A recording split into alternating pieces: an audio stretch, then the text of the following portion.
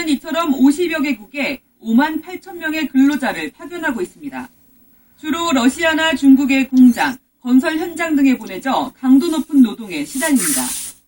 최근에는 해외 식당 운영은 물론 제외 공간을 통한 금괴나 특산품 밀수에 만수대 창작사에 예술가를 동원한 외화벌이까지 창구도 다양해졌습니다. 정보당국은 북한이 해외 파견 근로자를 통해 연간 2억 5천만 달러의 외화를 벌어들이는 것으로 보고 있습니다. 특히 이 중 90%가량은 김정은의 통치자금으로 유입돼 핵미사일 개발과 사치품 구매 등에 쓰이는 것으로 추정하고 있습니다. 저도 외국에 북한 노동자들을 데리고 나가서 일해봤는데 전량을 거의 다 바쳐야 합니다. 외국에 나가 일하는 노동자들도. 거기서 생활할 수 있는 돈만 제외하고는.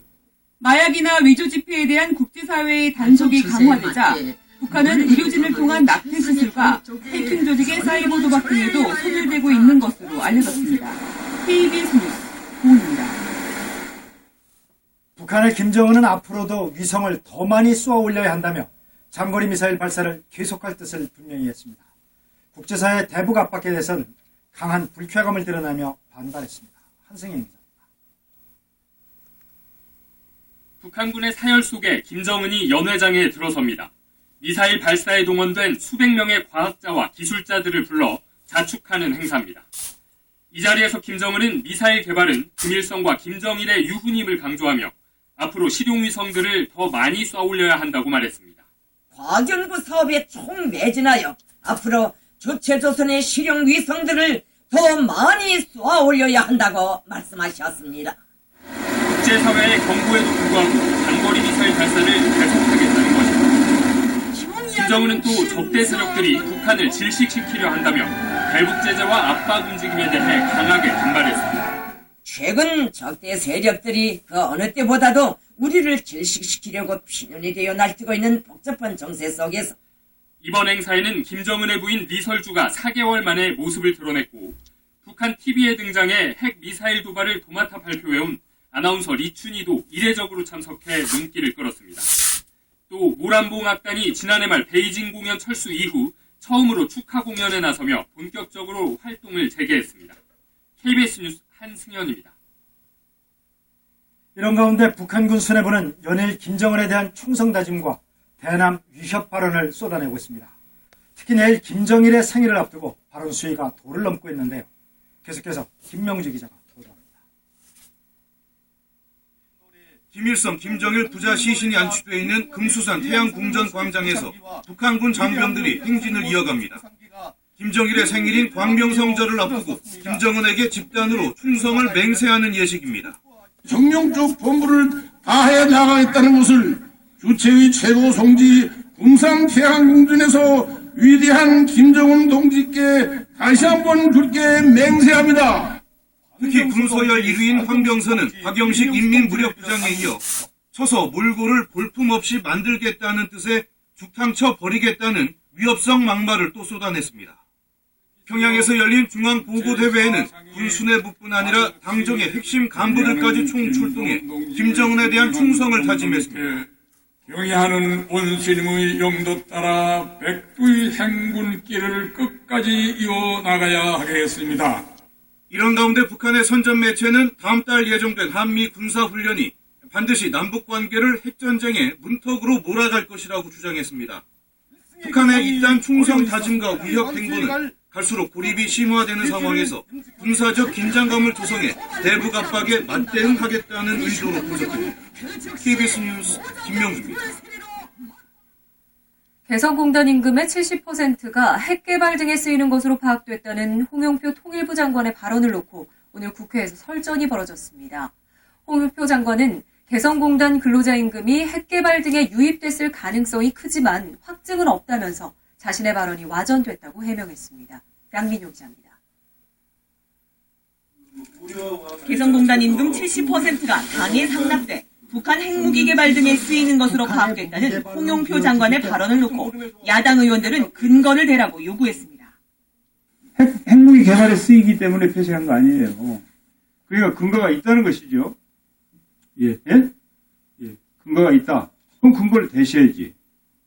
홍 장관은 거듭 북한 근로자 임금이 핵무기와 장거리 미사일 개발에 유입됐을 가능성이 크다고 밝혔습니다. 여러 가지 경로를 통해서 보니까 이렇게 그 돈의 70% 정도가 서기실, 39실로 들어가는 것으로 파악됐다라는 것을 다만 무기 개발에 사용된 구체적인 확증은 없다면서 우려를 담은 자신의 발언이 증거 자료가 있다는 것처럼 와전된 것 같다고 해명했습니다. 돈이 핵 개발이나 장거리 미사일을 개발하는 데 쓸 수 있다라고 했지 썼다라고 단정은 한 거는 아니죠. 예, 그렇습니다. 좀 송구석 교수님. 네? 정부가 개성공단 자금에 핵개발 과정 유입을 알고도 공단을 유지했다면 안보리 결의를 위반한 것이 아니냐는 질의에 홍영표 장관은 확증이 있다면 위반이라고 할 수 있지만 확증은 없는 상태에서 우려만 있었던 것이라고 답했습니다. KBS 뉴스 양민호입니다. 전쟁이라도 하자는 것이냐. 최근 정부의 대북 조치에 대한 더불어민주당 문재인 전 대표의 이 같은 비판을 놓고 여야가 공방을 벌였습니다. 공방은 국회 국방위 회의에서도 계속됐습니다. 보도에 조태현 기자입니다. 문재인 전 더불어민주당 대표는 자신의 페이스북에 개성공단 중단을 비판하면서 정부가 국민을 이렇게 불안하게 해도 되는 것이냐, 진짜 전쟁이라도 하자는 것이냐고 비난했습니다. 새누리당은 이적행위, 좌파의 국민 선동 책략이라며 발끈했습니다. 야당의 지도자가 전쟁을 하자는 것이냐 이렇게 이야기하는 것은 이것도 국민 협박입니다. 대한민국 정부가 전쟁을 획책한다고 믿고 하는 이야기입니까? 개성공단 가동 중단 공방은 국회 국방위로 이어져 문 전 대표와 한민구 국방장관이 양보 없는 설전을 펼쳤습니다. 개성공단이 폐쇄되는 것 자체로 우리 안보에 대한 위협이 더 커진다라는 그런 판단은 하지 않습니까? 해야 될 일은 해야 된다, 이런 생각을 가지고 있습니다. 문 전 대표는 특히 개성공단이 생기면서 북한 부대가 개성 후방으로 옮겨갔다며 안보 위협론을 주장했습니다. 이에 대해 한 장관은 개성공단 조성에도 불구하고 지역을 담당하는 북한군 육사단은 그대로 남았으며 인근의 소규모 부대만 후방이 아니라 공단 근처로 배치가 조정됐었다고 반박했습니다. KBS 뉴스 조태현입니다.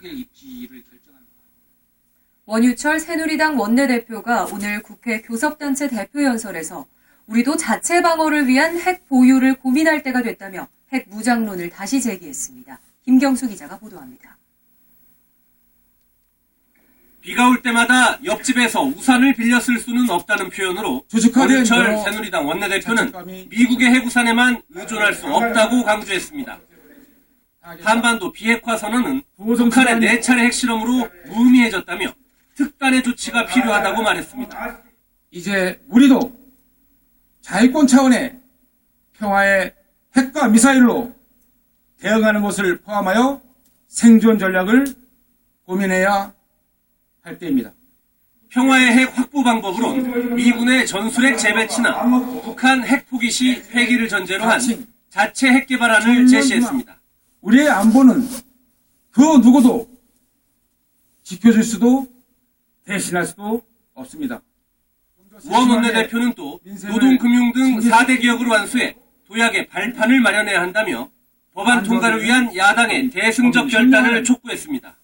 핵무장론에 대해 더불어민주당은 무책임하고 위험천만한 발상이라며 동북아의 핵도미노를 불러올 수 있다고 비판했습니다.